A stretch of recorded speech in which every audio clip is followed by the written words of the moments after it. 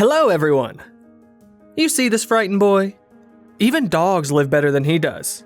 In fact, people treat him just like a dog. They put a collar on him, keep him in a cage, and feed him disgusting food. The poor guy is just yet to find out why he ended up in this situation. Bart, the evil man with a nasty grin, makes his living by lending to all kinds of people at high interest rates. But, as is usual in this underground business, borrowers often refuse to pay back the money. So Bart had to come up with an unusual way to beat his profits out of them. Bart has been training his nephew Danny like a dog for years. He only has to take off his collar, and the guy turns him into an indomitable fighting machine. Put it back on, and he's docile and meek again. In between raids, Danny sits in his cage, eating cheap food out of cans and reading the same primer. He especially likes the page with the picture of a piano on it. One day, Bart arrives at yet another client's office. When things don't go according to plan, Bart and his men are disarmed before Danny's collar is removed. Enraged, Bart yells at his nephew to attack, but the guy doesn't understand the command. Still, the tenacious loan shark manages to free himself, removes Danny's collar, and causes a real carnage. Bart is very displeased with the way Danny has behaved, as in his mind, a dog should always protect its master. So he invents a new system. A light bulb that's triggered by the push of a remote alarm button. During another raid on a warehouse, he leaves Danny with the lamp and orders him not to take his eyes off of it. As soon as it lights up red, the guy has to break into the next room. Danny obediently waits by the light bulb, but there's a problem. There's a real piano behind him. He's dying to touch it, and at some point he can't stand it and presses a few keys. At the same second, a strange man in black glasses shows up in the warehouse. It turns out to be a blind piano tuner. He has a good-natured attitude and asks Danny if he's busy, for he would appreciate his help. The old man sits Danny down and tells him how to handle the instrument properly. He asks the boy to press a key while he tunes the strings under the piano lid. Danny happily agrees, and when the blind pianist plays a chord, he's utterly enthralled. The stranger introduces himself as Sam, but their conversation is suddenly interrupted. I've been hearing this sort of clicking sound. Do you hear it? When Danny runs into the room, it's already too late. Bart and his accomplices have been beaten up, and his uncle is furious. At home, he immediately orders his nephew to be thrown into a cage. All of a sudden, a certain visitor comes to see Bart. It's Weeth, a security guard from the company where Bart almost said goodbye to his life a few days earlier. He says he was really impressed with the show Danny put on there, and now wants to offer Bart a good deal. They go to an underground fight center where big fights are held once a month. Weeth says that about $500,000 awaits the champion for winning one fight. But there is a nuance. His opponent must die. Bart is extremely interested in the offer and asks when he can start. Weeth offers him a trial fight. The fight is against a real cutthroat, who no one has been able to defeat for many fights in a row. Bart removes Danny's collar and gives him the command. The results fascinate Weeth, and Bart is thrilled that he's made more money in a couple of minutes than he has in the last 20 years. He's in unusually good spirits and even asks Danny if he wants anything. And when his nephew declares that he wants a piano, he laughs at him. Then suddenly, people get out of a nearby car and shoot the vehicle at point-blank range, while the happy borrower, who was humiliated by Bart the other day, watches the spectacle. As both the truck and the car drive away, a wounded Danny climbs out of the back and runs to the first place he can think of, the warehouse where he met Sam. The pianist is there, but Danny doesn't have time to talk to him. He faints from the blood loss. After a while, Danny wakes up in someone else's room. He's frightened by the unfamiliar surroundings and hides under the bed. Sam arrives at the noise and offers him toast with peanut butter and jam. The old man says that Danny's been asleep for 2 days and must be scared, so he doesn't demand any explanation from him. For several days, Danny hides under the bed, afraid to show his face to anyone. One day, he hears the sound of the piano coming from the living room and leaves his hiding spot. All of a sudden, the boy is spooked by a girl who comes home and turns out to be Sam's stepdaughter, Victoria. She asks her stepfather who their new housemate is and what he's into. The old man answers that he doesn't know anything about him, except that he likes music. A little later, Victoria comes into Danny's room and gives him a small synthesizer. She says that she got it from her dead dad, Sam's best friend. When he was gone, Sam fell in love with her mom and they got married. She died in a car accident later. Victoria and Sam sit down for dinner, not expecting to see Danny at the table. But the boy suddenly comes into the living room and sits down next to them. Victoria serves him soup, and it turns out that the boy doesn't even know how to use a spoon. When Danny has been inside the four walls for 2 weeks, Sam offers to take him for a walk.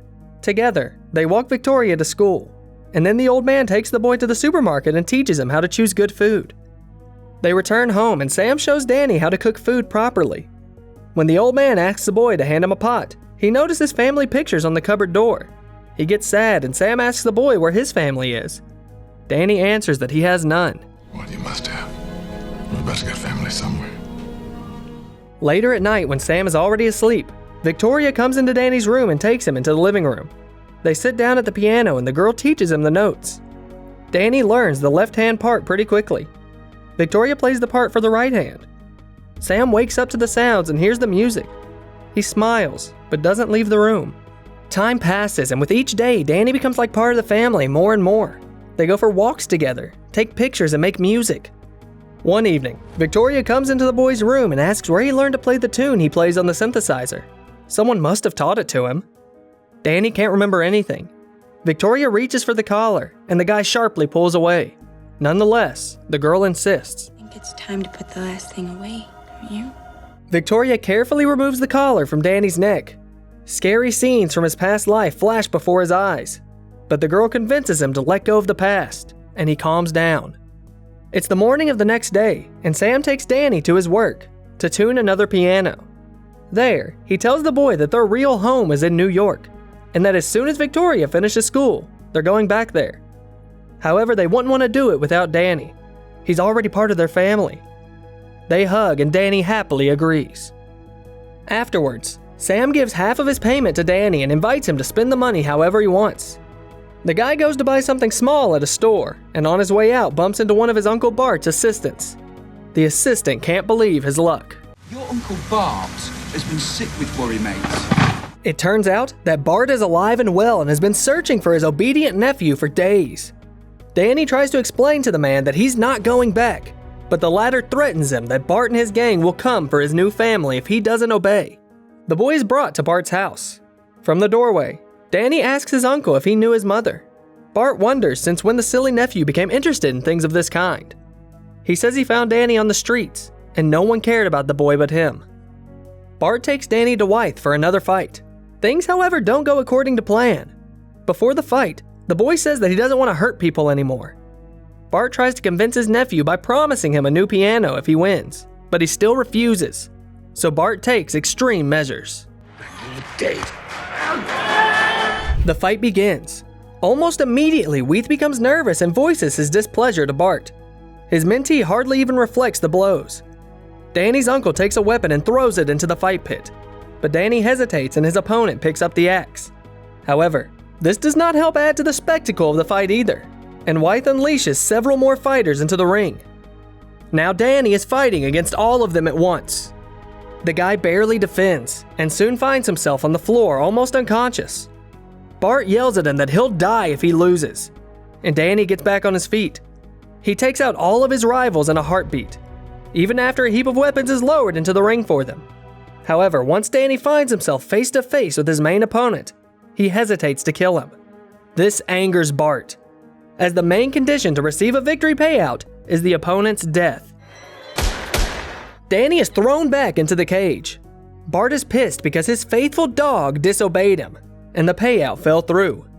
Sam and Victoria, meanwhile, are having dinner together and don't understand where Danny has gone. When Bart goes out on his own business, Danny removes the bars from his cage and finds a mysterious photograph of a young girl in his uncle's archives. Later, he accuses his uncle of lying to him, for it's clearly a picture of his mother. Then Bart says that his mother was a prostitute and died when he was very young. The next day, Bart takes the distraught Danny to another raid. On the way, he starts talking about how families should stick together, referring to himself and Danny.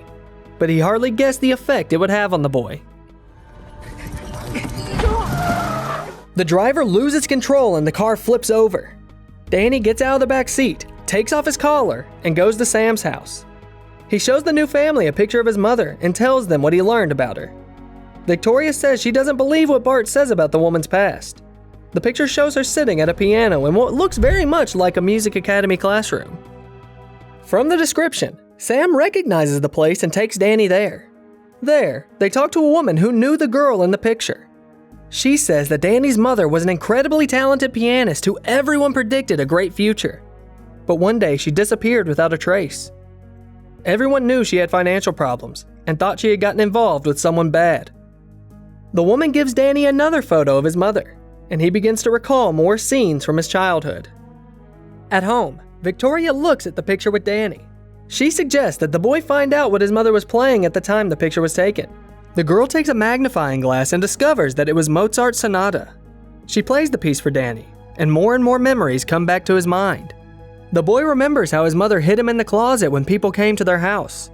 She tried to defend herself, but was killed in front of Danny's eyes for not following the intruder's orders. When Sam arrives home, Victoria tells him that Danny has remembered everything and they need to leave town immediately. But it's too late. Bart has extorted their address from a store clerk, and his car is already outside the building. Danny locks Sam and Victoria in a closet and tells them to be quiet while he goes off to fight Bart's gang. Danny takes out the first batch of opponents in no time. Bart realizes he's in trouble and sends a martial arts master into the building. A fierce fight ensues. The men run through the other's apartment and smash everything in their path. But nobody comes out on top. Finally, Danny manages to catch a moment and kick his opponent just in time. He flies straight out the window, but... However, the fabric doesn't hold, and the guy falls right on top of the car with Bart inside. The uncle is furious, picks up his gun and goes into the house. On the stairs, he confronts Danny and tells him that he's lost everything, and that had he been more cooperative, he would have gotten a lot of money. The uncle shoots the guy, but Danny runs away and hides above the ceiling of one of the apartments. Bart, meanwhile, breaks into Sam's apartment and identifies Danny's new home by the collar on the chair. Danny breaks the floor and appears right in front of Bart. He scoffs at the boy, saying that this intelligent house is not for him at all. He's now ruined the lives of the people who took him in and gave him everything they had. All because he's a dog. He's not cut out for this kind of life. Now Bart will have to shoot him, as all owners do with dogs that start causing too much trouble. Bart admits that he can't do it, pulls out the collar and tries to coax Danny to go home back to his old life, the only one that suits him. Danny obediently goes to him head down, but when his uncle begins to put on the collar, the boy changes his face abruptly and strikes. He starts choking Bart, and Victoria, seeing this, sounds the alarm. Sam bursts out of the closet and begs Danny to stop. He replies that Bart killed his mother. Then the old man tells the boy that he's not like Bart and should never be like him. Danny almost lets the villain go, but then Bart suddenly starts teasing him. He says horrible things about his mother, and Riley tells Danny that he'll always be a dog and a killer. Unable to listen anymore, Sam grabs a flower pot and smashes it over Bart's head. Several months fly by. Sam and Danny are sitting in Carnegie Hall in New York City. Victoria is called on stage. She dedicates her performance to Danny and plays Mozart's Sonata. Hearing the piece his mother once played, Danny cries of joy. If the story were real, do you think Danny would have been able to retain his human feelings after what he went through? Share your opinion in the comments. Like this video and subscribe so you don't miss new stories from the best movies.